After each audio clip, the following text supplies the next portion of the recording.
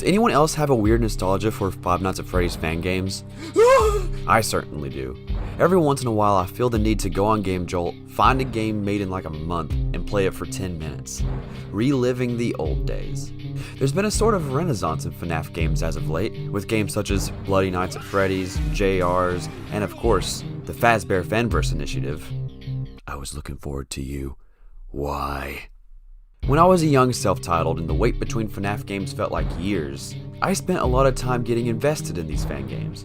So as a little holdover video before my next one, which will take some time, and as a callback to my first successful video, I would like to relive some of the earlier FNAF fan games, talk about their legacy, nostalgia, and if they still hold up. This is what I like to call the golden age of FNAF fan games. Also, this is my opinion and my opinion alone, so if you disagree, you're totally right. Tell me about it in the comments. And while you're there, please like and subscribe. Thank you. Let's begin. Talk about a blast from the past, man. While this isn't my most nostalgic FNAF fan game, we'll get to that later. This is pretty high up there, and I know I'm not alone. This is one of the first super polished, highly detailed fan games. And it came because someone stole the creator's OC. The popularity of this one game led to 2 sequels, a remaster, a spin-off in the works, a spot in the Fazbear Fanverse initiative with an upcoming 4th game, and a teaser trailer with 1.4 million views with the comment from Scott the Woz himself. Hey y'all! This game was huge. So how does it hold up? A scary jump scare. Firstly, the graphics in this game are amazing. The models and environments are highly detailed and have a spooky atmosphere akin to the games it was based on. However, even back then, I wasn't a fan of the perspective as you turn. The official Five Nights at Scott games had this too, but it was ramped up to 11 here. But I really do like the night vision mechanic. Typically you can't see anything, just select animatronic's eyes. However, you could turn on night vision and see the camera the way God intended, in turn for your power draining quicker. I never had an issue with power, so I personally think this could have been balanced a bit better so skilled players would see animatronic's eyes and not have to worry about turning on the night vision until later nights. The first few nights are really easy, so much so that you don't even have to use your cameras. I thought I was going to be negative during this section. Maybe it's because I'm not playing it, but FNAF Candy Street does not seem that scary. What, this game? Mm-hmm. I mean, we're still on night 1. But then I got to night 3. Oh my god. I just about died. Oh god, things are ramping up now. The game's been easy up until this point. Night 3 adds 2 new animatronics, Blank and Old Candy. You can see everyone else's eyes on your doors, so you'll know when to shut them. But you can't see Old Candy's eyes, forcing you to check the cameras to see if he's at your door. I spelled poke wrong. And Blank is basically this game's Foxy, staying in one camera, slowly getting closer until he moves to a different camera and attacks. This made the game super stressful and so much fun. I still beat it relatively easy, but I had a lot of fun playing it. The icing on top is the connection to the real-life Freddy Fazbear's Pizza. 8 out of 10.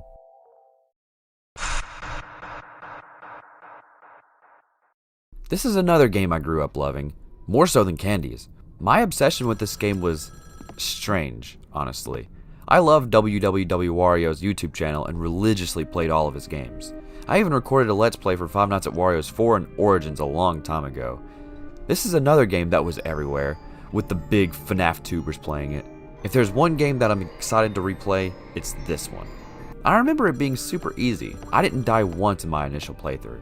The game required me to update it before I played it. What is this? So let's see if that was fixed and if it still holds up. I'm pressing enter. I'm pressing enter. It says update to v.5. I don't want to. I want the original. Bruh. Boo. What in the world? What? What? Oh. And immediately, yeah, this game doesn't look the greatest. I can't imagine Wario expecting this game to blow up the way it did, so I don't think graphics were the greatest priority. Plus, it's a fan game, so we're not going to get security breach graphics. I'm also not a fan of how slowly you move from left to right. Also, why is the power 200 instead of 100? It also goes down so fast. So fast, in fact, that just being on the cameras will run your battery out by 3 a.m. Dang, it's only 3 a.m. and I'm at 65 out of 200. I haven't even done anything. What if you do it? If I do it, then yeah, I'll play it, but I'm not gonna do it. Like, it just turned 5. Like, you literally do nothing in this game and you run out of power. Simply, this game is not fun to play, which makes me sad. The cameras don't move independently, so you must move them the same way you do in the office. It already has a problem of being slow, but if you want to see the left side, it's more difficult because your mouse needs to be on the right side to change cameras. I can excuse the game's less than stellar graphics and, honestly, overall goofiness. Bugs, I'll make it my ringtone. Jesus Christ. That's so funny. Waluigi's got your head, dude. Yeah, my totally human head. But it's just not fun to play. The saddest 3 out of 10 I've ever given.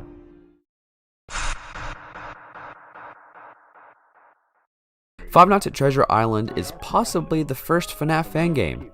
Definitely the first one to get popular. I never understood the hype behind this game, except for its title screen, which is incredible.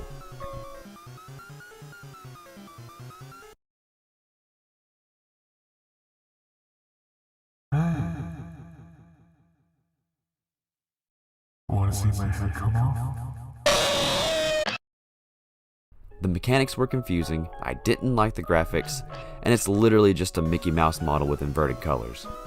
Which, saying that out loud, is pretty hypocritical because I gave Five Nights at Wario's a pass. I mainly watched people play this because of the exaggerated thumbnails rather than the game itself. So, let's play it and find out if I was right in my assumptions or if I was sleeping on a hidden gem.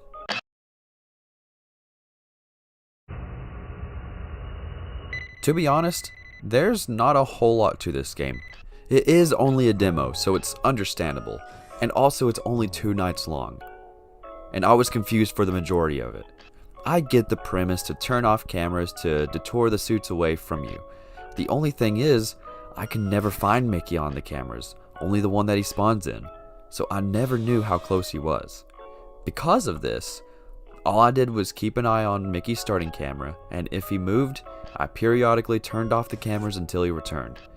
I think it only works when he's in your office, but I never saw him until he jumped me. This strategy got me through night 1 easily, although I would be lying if I said I wasn't freaking out a bit because I couldn't find Mickey. So, is that all I have to worry about? This dude right here?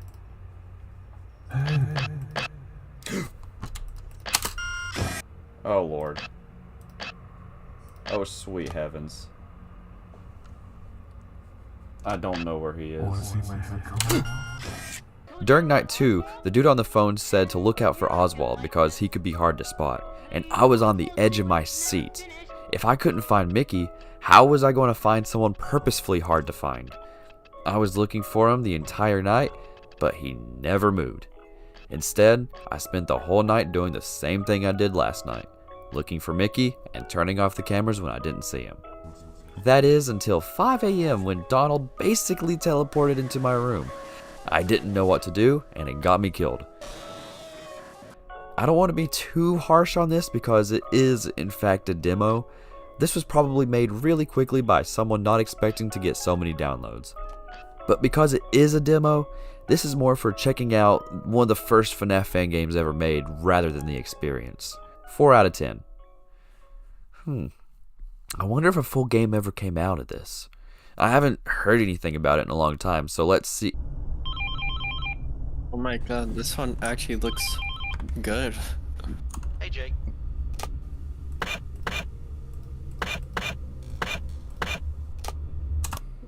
Oh, that's creepy. It didn't work. I might have to make a video on the modern era of FNAF games so I can play this longer.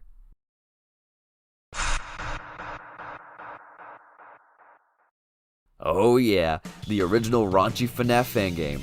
I never personally played it, but I was obsessed with all the YouTubers playing it. Of course a middle schooler would find all the swearing, jokes, and obscenities funny. So yeah, it would make for the perfect video to get millions of views. Even though it probably would get you demonetized now. But what about in a modern day? What about the gameplay? Does the humor still hold up? Is it a good game, or was it just fondly remembered through the distorted lens of YouTube? Let me start off by saying that I am not the RPG guy. I like Pokemon and the Mario RPGs, but that's really about it. So when I tell you that I died to almost every enemy in this game, I understand that it's probably a skill issue. However, that did not stop me from having a fun time, even when I died. Running around the pizzeria as Freddy, recruiting the other animatronics, and hearing what they had to say was so much fun. And I'm not gonna lie, winning my first fight against a freaking party hat was so satisfying. Yeah. And when I got more party members, it made me feel so powerful that I thought I could win any fight. Obliterating. Until I didn't.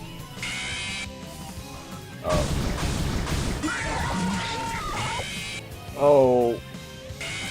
Oh. Rip those. I didn't get far because I had more games to play. But if there was one game from this video I could see myself getting invested in, it's this one. I wouldn't be saying that if it wasn't for the swearing, jokes, and obscenities, because hearing what outlandish thing is going to be put through text-to-speech next is what keeps me going, not the gameplay. I can take him. 7 out of 10. It makes me want to try out Five Nights at 39. I literally know nothing about that game, only that it's supposed to be funny.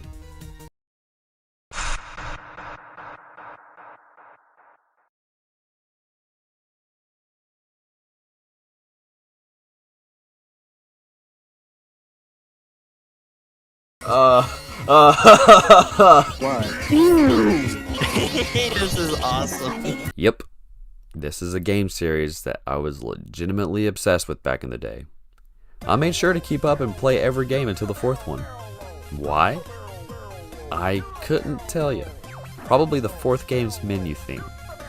The game's had a cult following, but I don't think it was that popular. So let's check out the first game to see if there indeed was something, or if it was just an ADHD fixation I had. It's definitely the latter.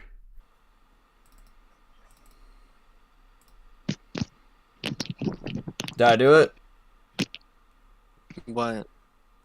I did it! I beat the first night. Yep. What can I say about this game? It's exactly what I expected. You can tell how it is just by its title and by looking at it. Easiest 9 out of 10 I've ever given.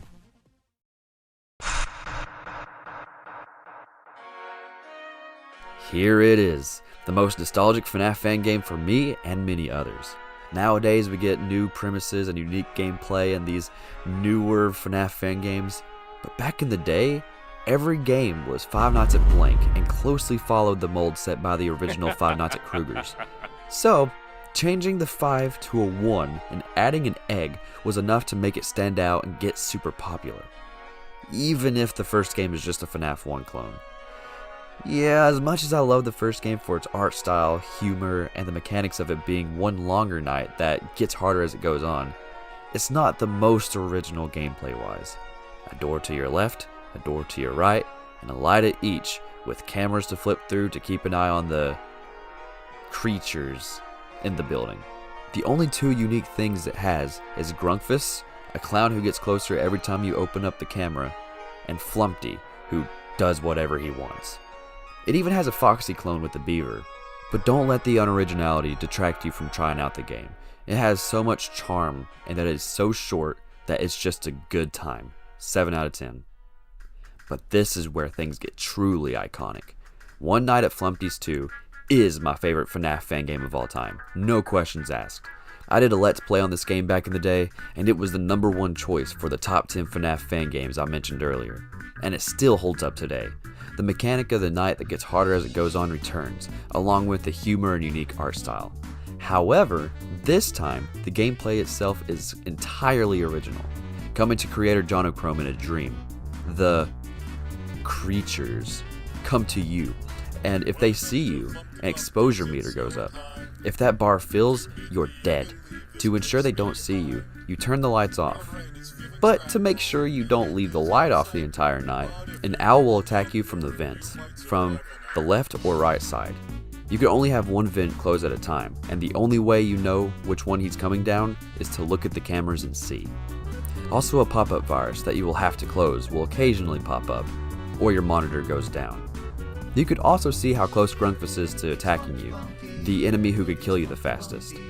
Another fun addition to this game is the hard-boiled mode, where enemies move faster and everyone is thrown at you almost immediately instead of being sprinkled through the night. It is incredibly challenging, but so fun to master. 9 out of 10. I think it was this game that got the series into the Fazverse initiative to begin with. This brought mobile ports, console ports, and a new game to the series, One Night at Flumpty's 3. But this brings me to something that I don't want to talk about too much because this video is about the games, not the developers. However, the creator Jonochrome admitted guilt to some serious topics that could deter someone from supporting him. I understand if you don't want to play these games because of this, and I recommend researching the situation if you're looking into playing these games. And with that being said, let's wrap up this video. Obviously, these are not the only huge FNAF games to come from early on. These were just the most nostalgic to me. If you want a part 2 where I go into others, such as Five Nights at the Chum Buckets or Five Nights at Pingas 2, let me know in the comments below. But I owe all these games a thank you for being a small part of my younger years when FNAF was new and exciting. And like I said at the beginning, there was sort of a renaissance recently, and I feel like my child self experiencing these new and refreshing games all over again. So if you want a video on that as well, let me know. In the meantime, be on the lookout for my FNAF Platinum Trophy video, and I'll see you there. Bye-bye.